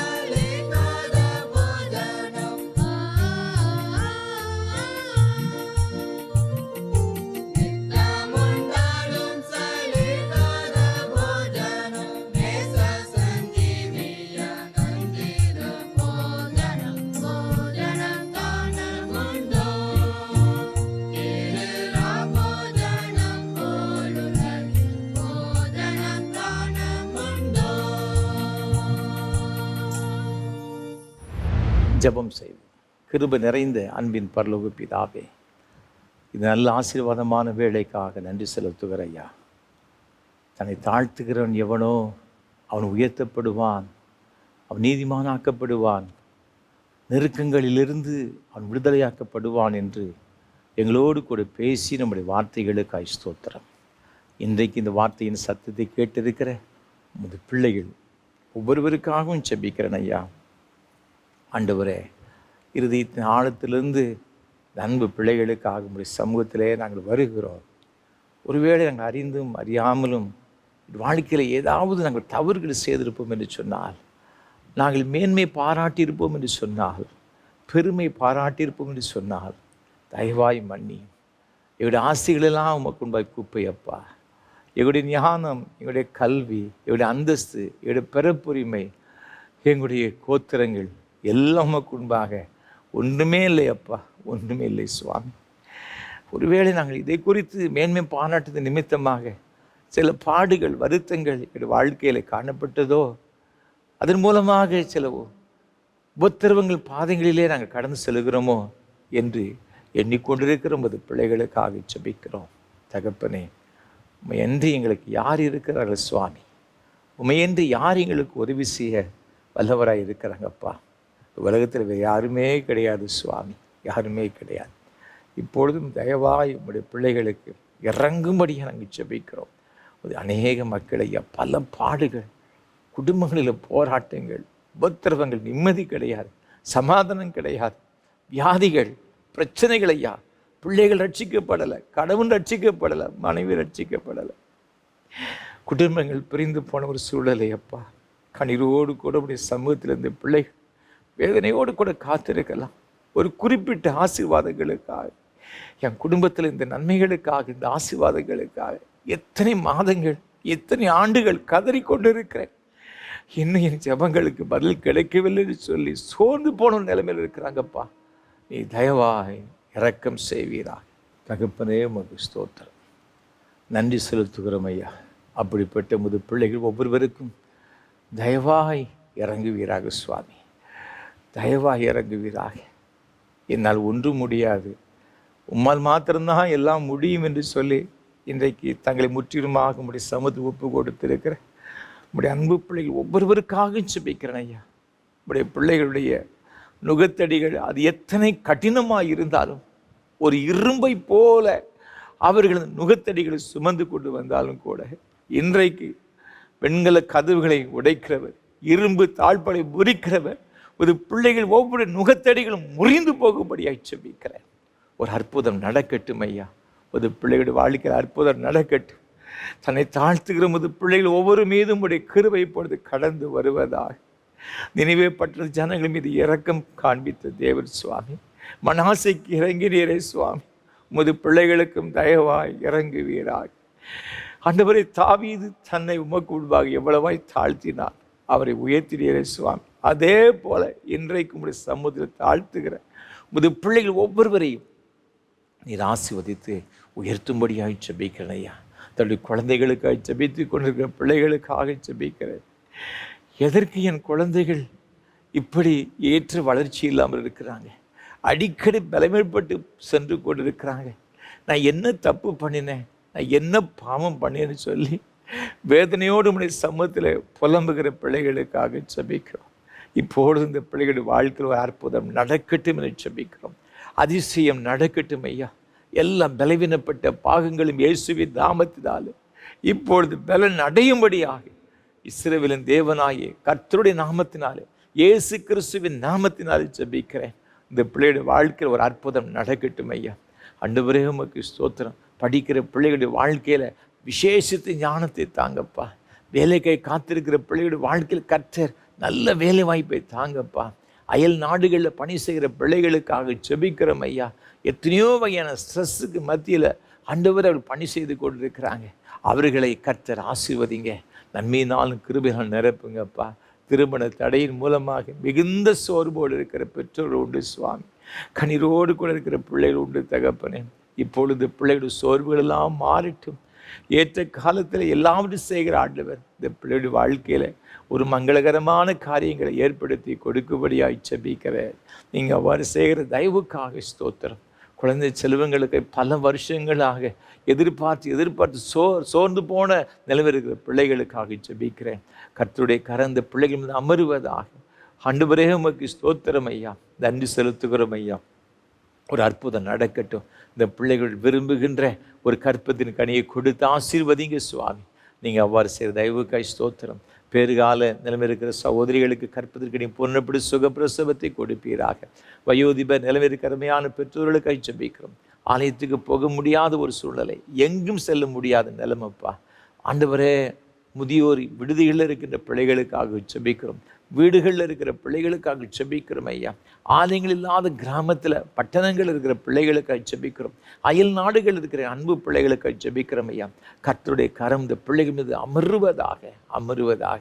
ஆண்டவரே, உடைய எல்லா தேவைகளும் கர்த்தர் சந்தித்து வழிநடத்தும்படி அங்கே ஜெபிக்கிறேன் ஐயா. வயதான காலத்தில் இந்த பிள்ளைகளுக்கு இருக்கிற எல்லா பலவீனங்களையும் கர்த்தர் மாற்றி போட்டு கர்த்தர் பலப்படுத்தும்படி ஜெபிக்கிறோம். அவருடைய கவலைகள் கண்ணீர் எல்லாவற்றையும் கர்த்தர் மாற்றும்படி ஜெபிக்கிறோம் ஐயா. கர்த்தருடைய பலன் அவர்கள் மீது நிழலிடும்படி நாங்கள் ஜெபிக்கிறோம் ஐயா. உமக்கு ஸ்தோத்திரம். அதே போல் வியாதினால் கஷ்டப்படுகிற பிள்ளைகளுக்காக ஜெபிக்கிறோம். என்னென்ன பலவீனத்தினால் அந்த பிள்ளைகள் பாதிக்கப்பட்டு இருக்கிறார்களோ எல்லா பலவீனங்களும் இயேசுவின் நாமத்தினால் முற்றிலுமாய் மாறட்டும் அங்கே ஜெபிக்கிறோம் ஐயா. ஆண்டவரே, கர்ப்பப்பையில் ஏற்கப்பட்டிருக்கிற கட்டி நிமித்தமாக வேதனைப்பட்டு கொண்ட பிள்ளைகளுக்கு ஜெபிக்கிற ஐயா. இயேசுவின் நாமத்தினால் இது முற்றிலுமாய் அந்த பிள்ளைகளை விட்டு இந்த பலவீனங்கள் மாறட்டும் நாங்கள் ஜெபிக்கிறோம் ஐயா. இருதய பிரச்சனைகள் இயேசுவின் நாமத்தில் மாறுவதாக. ஆண்டவரே, சுவாசிப்பதற்கு கஷ்டப்பட்டு கொண்டிருக்கிற நுரையீரல் பிரச்சனை நிமித்தம் வேதனைப்பட்டு கொண்ட பிள்ளைகளுக்காக ஜெபிக்கிறோம் சுவாமி. ஆண்டவரே, இந்த பிரச்சனைகளுக்கு அதை மாற்றி போடுவீராக. இனி என்னென்ன பலவீனத்தில் அந்த பிள்ளைகள் பாதிக்கப்பட்டு உம்மை நோக்கி கதறி கொண்டிருக்கிறார்களோ கர்த்தர் உமது பிள்ளைகளுடைய வாழ்க்கையில் ஒரு அற்புதம் செய்யும்படியாக நாங்கள் ஜெபிக்கிறோம். அற்புதம் செய்வீராக. நீங்கள் அவ்வாறு செய்கிற தயவுக்காக கோடி ஸ்தோத்திரம் ஐயா. ஆண்டவர், ஏழைகள், எளியவர்கள், திக்கற்றவர்கள், அனாதைகள், கைவிடப்பட்டவர்கள் ஒவ்வொருவருக்காக ஜெபிக்கிற ஐயா. என்னென்ன தேவைகளோடு உங்களுடைய சமூகத்தில் வந்திருக்கிற ஒவ்வொருவரையும் கர்த்தர் ஆசீர்வதிங்கப்பா. ஆண்டவர், நியாயமாய் வரவேண்டிய நன்மை எனக்கு வரவில்லைன்னு சொல்லி கண்ணீரோடு கூட நம்முடைய சமூகத்தில் புலம்பி கொடுக்கிற பிள்ளைகளுக்காக ஜெபிக்கிற ஐயா. இயேசுவின் நாமத்தில் அழைக்கப்பட்ட வாசல்கள் திறக்கப்படும்படி அங்கே ஜெபிக்கிறோம். நீங்கள் அவ்வாறு செய்கிற தயவுக்காய் ஸ்தோத்திரம். குடும்பங்களில் சமாதானம் பெருகட்டும், சந்தோஷம் பெருகட்டும் ஐயா. இந்த பிள்ளைகளுடைய ஆண்டவர் தொழில்களில், வியாபாரங்களில், ஆண்டவர் என்னென்ன வேலைகள் செய்கிறார்கள், அரசு பணியாக இருந்தாலும் எந்த ஒரு பணியாக இருந்தாலும் எல்லாவற்றும் ஒரு ஆசீர்வாதம் இந்த பிள்ளைகளுக்கு உண்டாகட்டும். கடன் பிரச்சனைகள் மாறட்டும் இயேசுவின் நாமத்தினால. பொருளாதார ரீதியில் ஒரு பெரிய ஆசீர்வாதத்தை கர்த்தர் கட்டளையிடும்படி நாங்கள் ஜெபிக்கிறோம். நீங்கள் அவ்வாறு செய்கிற தயவுக்காய் ஸ்தோத்திரம் ஐயா. இந்த ஊழியத்திற்கு பல வகையில் உதவி செய்கிற ஒவ்வொருவருக்காய் ஸ்தோத்திரம் ஐயா. ஒவ்வொருவரையும் ஆசீர்வதிங்கப்பா, ஆசீர்வதிங்க ஐயா. இந்த நாளிலும் கூட இந்த ஆராதனை வேலைக்காக ஆண்டவரே உமக்கு ஸ்தோத்திரம். உதவி செய்கிற அருமையான குடும்பத்தின் பிள்ளைகளுக்காக நன்றி செலுத்துகிறோம் ஐயா. எங்களை விட்டுமுடி ராஜ்யத்தில் வாழ்ந்து கொண்டிருக்கின்ற அருமையான தகப்பனார் ஆண்டவரே திரு ஞானக்கன் ஜெபராஜ் ஆசிரியர் அவர்களுக்காக, அவருடைய குடும்பத்திற்காக நாங்கள் ஜெபிக்கிறோம் சுவாமி. உமக்காக ஆண்டவரே உண்மை உத்தமாய் வாழ்ந்து வந்த ஒரு அருமையான உமது அடியார் சுவாமி, அவர் விட்டு சென்ற அவருடைய குடும்பத்தின் பிள்ளைகளுக்காக நன்றி செலுத்துகிறோம் ஐயா. அவருடைய அன்புக்குரிய துணைவியார் திருமதி ரோஸ்லின் ஜெபராஜ் அம்மா அவர்களுக்காக நன்றி செலுத்துகிறோம் சுவாமி. அருமையான அம்மாவை கர்த்தர் ஆசீர்வதிங்கப்பா. நல்ல சுகத்தையும் பலத்தையும் நீடித்த சுக வாழ்வையும் ஆண்டவர் கொடுத்து வழிநடத்தும்படி ஜெபிக்கிறையா. அவர் தனிமையாக இருந்த காலங்களில் கர்த்தர் அவளோடு கூட இருக்கிற தயவுக்காக கோடி ஸ்தோத்திரம் ஐயா. அன்று நீரே உமது மகளுடைய கரங்களை பிடித்து நடத்தும்படி நாங்கள் ஜெபிக்கிறோம். நல்ல சுகத்தையும் பலத்தையும் நீடித்த சுகவாழ்வையும் நீங்கள் கொடுத்து வழிநடத்தும்படியாக நாங்கள் ஜெபிக்கிறோம். நான் உன்னை விட்டு விலகுவதும் இல்லை, உன்னை கைவிடுவதும் இல்லைன்னு சொல்ல ஆண்டவரையா. ஆண்டவரே உடைய மகளுடைய கரங்களை பிடித்து நடத்துவீராக. நீங்கள் கொடுத்த 3 பிள்ளைகளுக்காக, அவர் கொடுத்த அருமையான குடும்பத்தின் பிள்ளைகள் ஒவ்வொருவருக்காக ஸ்தோத்திரம் ஐயா. அருமையான சகோதரி திருமதி ஷைனி மார்கரெட்டா கிளாட்சன் அவர்களுக்காக, அவருடைய குடும்பத்தினருக்காக நன்றி செலுத்துக்கிறோம் ஐயா.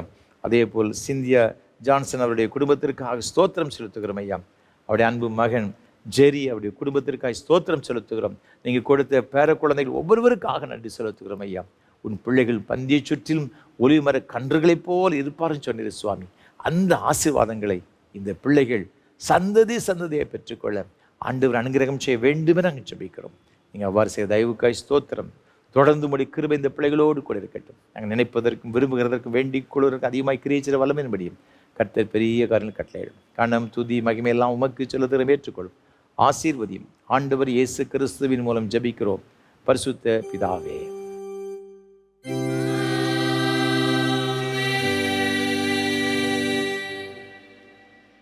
உங்கள் பாவங்கள் நிமித்தம் முழு இருத்தோடு உண்மையாய் மனசாபப்பட்டு பிறரிடத்து அன்பும் சிநேகமாயிருந்து இனி தேவனுடைய கற்பனைகளை கை கொண்டு புதிதாக்கப்பட்டவர்களாக அவருடைய பரிசுத்த மார்க்கத்தில் நடப்போம் என்று தீர்மானத்துக்கு நீங்கள் விசுவாசத்தோடு சேர்ந்து உங்களுக்கு ஆறுதல் உண்டாக இந்த பரிசுத்த சாக்கிரமத்தை வாங்கிக் கொள்ளுங்கள்.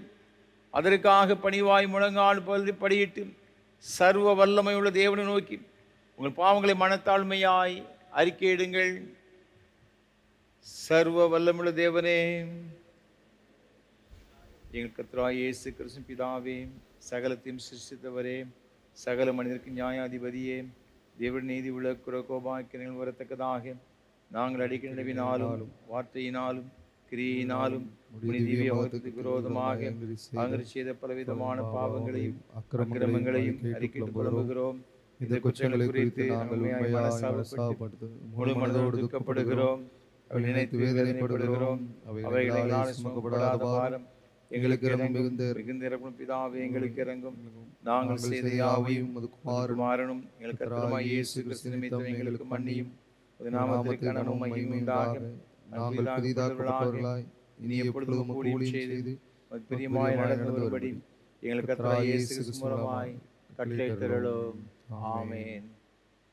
உத்தம மனசாபத்தோடும் உண்மையான விசுவாசத்தோடும் தமிழுக்கு மனம் திரும்புகிற யாவருக்கும் பாவம் மன்னிப்பு அருளி செய்வோம் என்று மிகுந்த இரக்கமாக வாக்குத்தத்தம் செய்திருக்கிற நம்முடைய பரம பிதாவாகிய சர்வ வல்லமுள்ள தேவன் நம்முடைய கர்த்தராய் இருக்கிற இயேசு கிறிஸ்து நிமித்தம் உங்களுக்கு இறங்கி உங்கள் பாவங்கள் எல்லாவற்றையும் மன்னித்து அவர்கள் விடுதலையாக்கி சகல நன்மைகளையும் உறுதிப்படுத்தி நிறுத்தி ஒளித்தி ஜீவகரையில் சேர்ப்பாராக.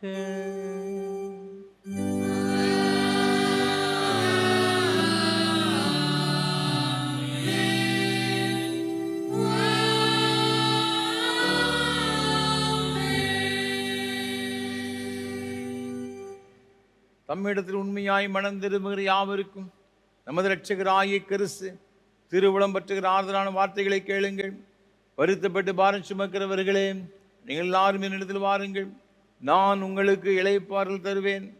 தேவன் தம்முடைய ஒரே பேரான குமாரனை விசுவாசிக்கிறவன் எவனோ அவன் கெட்டு போகாமல் நித்திய ஜீவன் அடையும்படிக்கு அவரை தந்தரளி இவ்வளவாய் உலகத்தை அன்பு கூர்ந்தார். பரிசுத்த பவுல் சொல்லியிருக்கிறதை கேளுங்கள். பாவிகள் ரட்சிக்க கிறிஸ்து இயேசு உலகத்தில் வந்தார் என்கிற வார்த்தை உண்மையும் எல்லா அங்கீகரிப்பாத்திரமானது. பரிசுத்த யோவான் சொல்லியிருக்கிறதையும் கேளுங்கள். ஒருவன் பாவம் செய்வானானால் நீதிபதியாக இருக்கிற இயேசு கிறிஸ்து நமக்காக பிதாவிடத்தில் பரிந்து பேசுகிறவராக இருக்கிறார். நம்முடைய பாவங்களை நிவர்த்தி செய்கிற கிருபாதார பலி அவரே. உங்களை உயர்த்துங்கள்.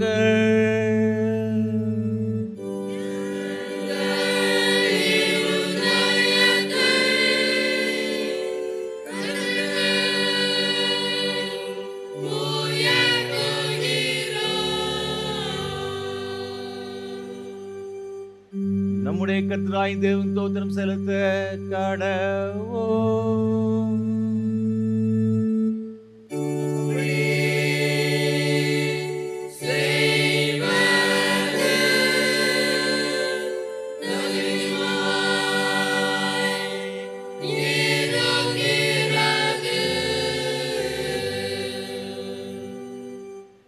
கர்த்தாவே, பரிசுத்த பிதாவே, சர்வ வல்லமை நித்திய தேவனே, நாங்கள் எக்காலத்தில் விடுத்த தேவ ஸ்தோத்திரம் செலுத்துகிறது எங்களுக்கு விசேஷத்தை கடமையுமா இருக்கிறது.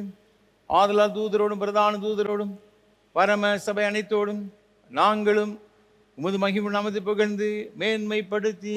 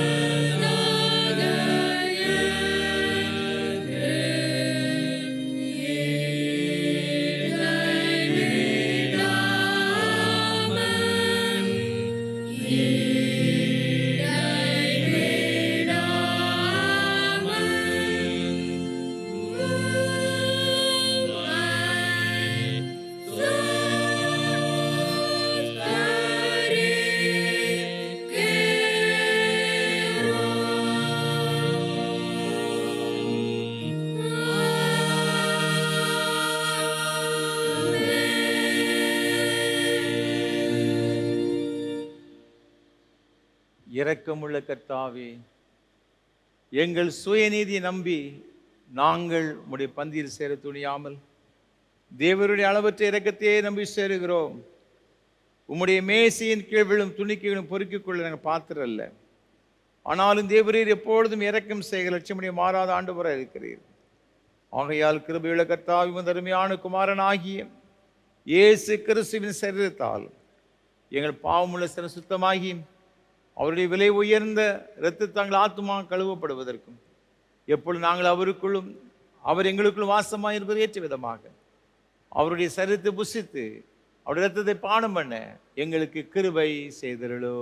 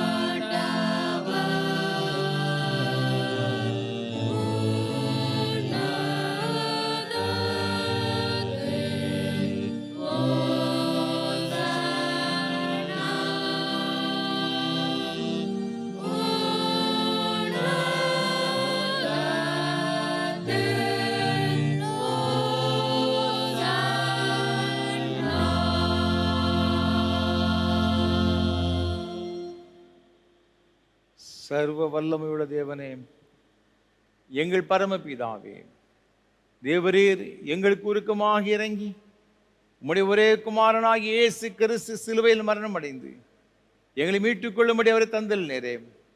அவர் சிலுவையிலே ஒரே தர தம்மை ஏகபலியாக ஒப்பு கொடுத்து சர்வலோகத்தின் பாவங்களை நிவர்த்தி செய்வதற்கு நிறைவும் பூரணமும் பொந்துமான பலியையும் காணிக்கையும் பரிகாரத்தையும் செலுத்தும் அல்லாமல் தமது அருமையான மரணத்தை என்றைக்கு நினைப்போடு ஞாபகத்தை நியமித்து தாம் திரும்ப வருமளவும் நாங்கள் அதை அனுசரித்து வரும்படி தமது பரிசுத்த சுவிசேஷத்தில் கட்டளையிட்டிருக்கிறாரே. இரக்கமுள்ள கர்த்தாவே, எங்கள் ஜெபத்தை கேட்டருளி உமது குமாரனும் எங்கள் இரட்சகருமாகிய இயேசு கிறிஸ்து கட்டளையிட்ட பரிசுத்த நியமத்தின்படி நாங்கள் அவருடைய பாடுகளை மரணத்தை நினைவு கூர்ந்து உமது சிறுசி பதார்த்தங்களை இந்த அப்பத்தையும் திராட்சை ரசத்தையும் பெற்றுக்கொள்ளும் பொழுது அவருடைய பரிசுத்தமுள்ள சரீரத்திற்கும் இரத்தத்திற்கும் பங்கு உள்ளவர்களாகும்படி கிருபை செய்ய வேண்டும் என்று மிகுந்த தாழ்மையை வேண்டிக் கொள்கிறோம். இயேசு தாம் காட்டி கொடுக்கப்பட்ட அன்று ராத்திரியிலே அப்பத்தை எடுத்து ஸ்தோத்திரம் பண்ணி அதை பிட்டு சீசலுக்கு கொடுத்து எல்லாரும் வாங்கி புசியுங்கள், இது உங்களுக்கு கை கொடுக்கப்படுகிற என்னுடைய சரீரம்.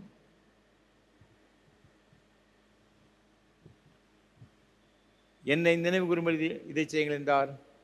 அப்படி ராபோஜன பண்ணின பின் பாத்திரத்தை எடுத்து ஸ்தோத்திரம் பண்ணி அவர்களுக்கு கொடுத்து, நீங்கள் எல்லாரும் இதில் பானம் பண்ணுங்கள், இது பாவ மன்னிப்புக்கு உங்களுக்காக அநேகருக்கு சிந்தப்படுகிற புது உடன்படிக்கைக்குரிய என்னுடைய இரத்தம். இதை பானம் பண்ணும் பொழுதெல்லாம் என்னை நினைவு கூறும்படி இதை செய்யுங்கள் என்று திருவுளம் பற்றினார்.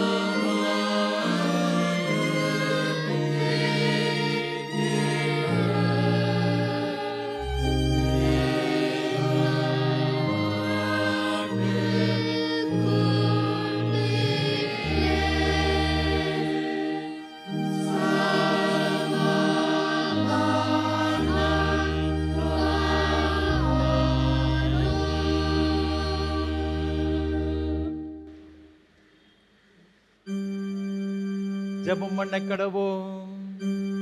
பரமண்டலங்கள் இருக்கிற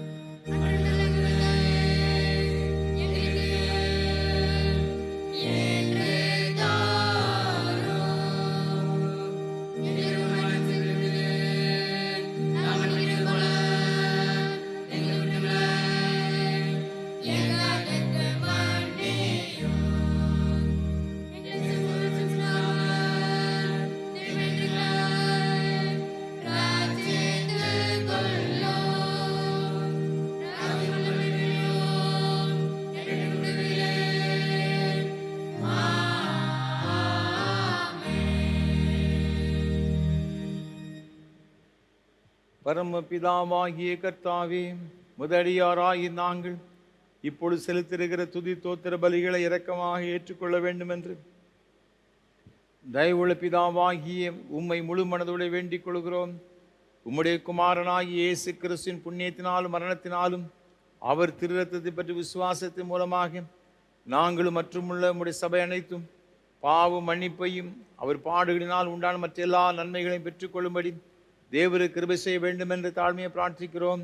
கர்த்தாவே, சரீரமும் ஆத்மவுமாய் எங்களை முழுவதும் தேவருக்கு புத்தியும் பரிசுத்தமும் ஜீவன பலியாக ஒப்புக் கொடுக்கிறோம். இப்பொழுது பரிசுத்த நற்கரையில் பங்கு பெற்றிருக்கிற எங்கள் எல்லாரையும் தேவரீருடைய கிருபையினாலும் பரம ஆசீர்வாதம் நிரப்பிட வேண்டும் என்று பணிவாய் வேண்டிக் கொள்கிறோம். அநேக விதமாக இருக்கிற எங்கள் பாவங்களினாலே தேவருக்கு எந்த பலியும் செலுத்துவதற்கு நாங்கள் அபாத்திர இருந்த பொழுதிலும் எங்கள் பாத்திர அபாத்திர தேவரை கவனியாமல் எங்கள் கர்த்தராகிய இயேசு கிறிஸ்து நிமித்தம் எங்கள் குற்றங்களை மன்னித்து எங்கள் கடமையின்படி நாங்கள் செலுத்திருக்கிற பணிகளை ஏற்றுக்கொள்ள வேண்டும் பிரார்த்திக்கிறோம். அவரோடும் பரிசுத்த ஆவியோடு ஐக்கியமாயிருக்கிற தேவருக்கு அவர் மூலமாய் சகல கனமகிமையும் என்றென்றைக்கு உண்டாவதாக.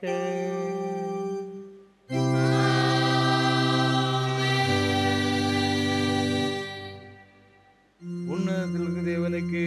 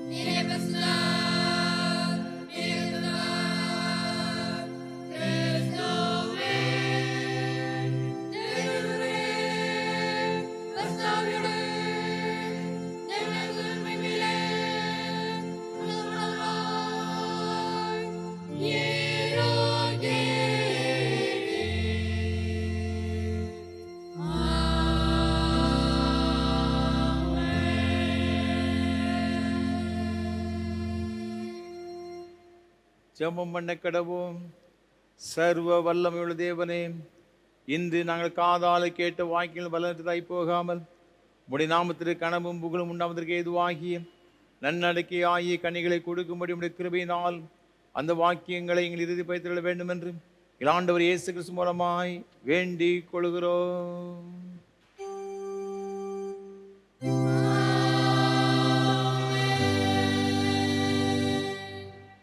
எல்லா புத்திக்கு மேலான தேவ சமாதானங்களோடு கூட இருந்து நீங்கள் தேவனையும் அவருடைய குமாரனாகிய நாதர் இயேசு கிறிஸ்து பற்றி அறிகிற அறிவிலும் அன்பில் நிலைத்திருக்கும்படி உங்கள் இருதயத்தின் சிந்தை காக்கிடுவது பிதா குமாரன் பரிசுத்த ஆவி ஆகிய சர்வ வல்லமை பொருந்திய ஆசீர்வாதங்களோடு கூட இருந்து இன்னும் சதா காலங்களிலும் உங்களுடைய நிலைத்திருக்க கடவது.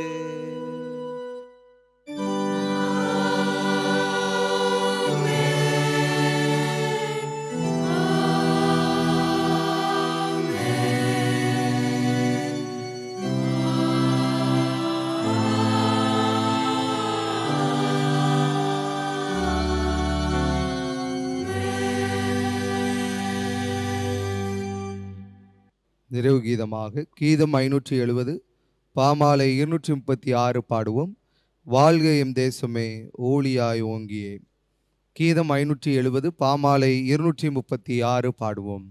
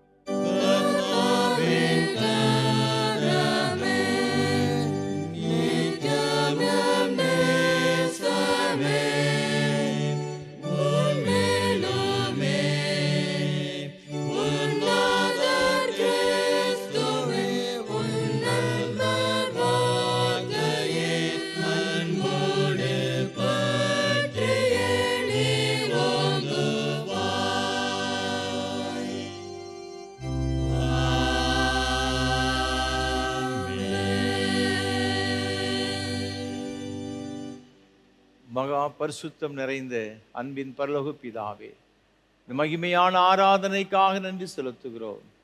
ஆண்டவர் மத்திய எழுந்தருளி உம்முடைய பிரசன்னத்தால் நிறைத்து முது பிள்ளைகள் ஒவ்வொருவரையும் ஆசீர்வதித்தீரே, உமக்கு ஸ்தோத்திரம். என்னென்ன தேவைகளோடு எதிர்பார்ப்புகளோடு உம்முடைய சமூகம் வந்திருந்தார்கள், ஒன்று கூட குறைவில்லாமல் எல்லாவற்றையும் நிறைவாய் கட்டளையிட்டீரே, உமக்கு ஸ்தோத்திரம். தொடர்ந்து உன் நன்மையினாலும் கிருபையினாலும் முது பிள்ளைகள் ஒவ்வொரு நிறைத்து நீரை ஆண்டு வழிநடத்தி ஆதரித்து ஆசீர்வதிக்க வேண்டும் என்று மீட்பர் இயேசு கிறிஸ்துவின் பரிசுத்த நாமத்தில் ஜெபிக்கிறோம் தூய பிதாவே, ஆமென். கர்த்தரோடு இருப்பாராக. தேவ சமாதானத்தோடு சென்று வாருங்கள்.